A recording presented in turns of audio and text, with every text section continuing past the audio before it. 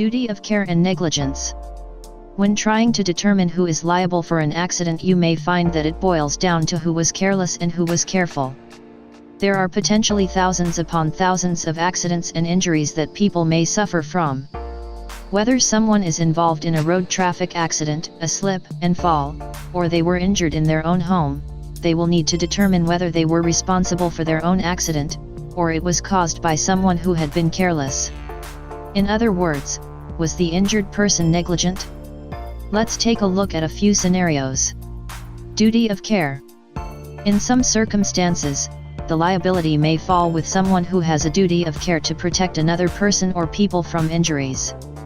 This duty of care may extend to environments where the injured person was not expected to be, such as on a construction site.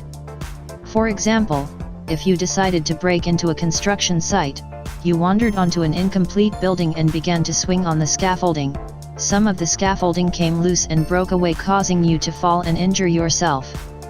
In this scenario, you may not have a claim because the owner of the construction site had no duty of care to protect you, and you did not take reasonable care to avoid your injuries. Reasonable care.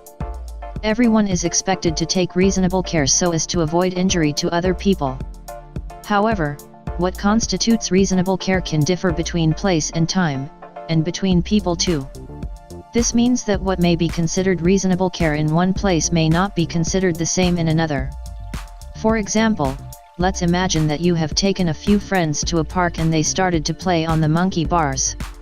You would expect people to play on the monkey bars, and in this respect, they would be acting reasonably.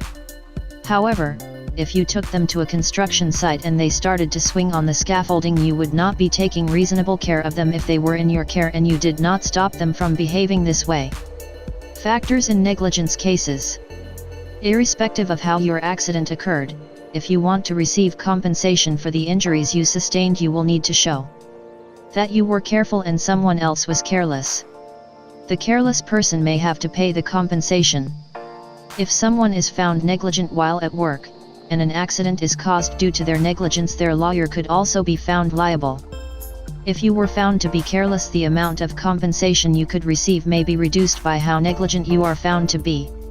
Please read our article on comparative negligence for more information. If you were injured by a defective product, the manufacturer or seller of the product could be found liable. If you were injured on a dangerous property, the property owner could be found liable. You need to show that the other person had been negligent, but you do not have to prove it. If you can apply the above factors to an accident that caused your injuries, you may have the opportunity to negotiate a settlement. If you have been injured in an accident that may have been caused by another person's negligence, please speak to a personal injury lawyer as soon as you can.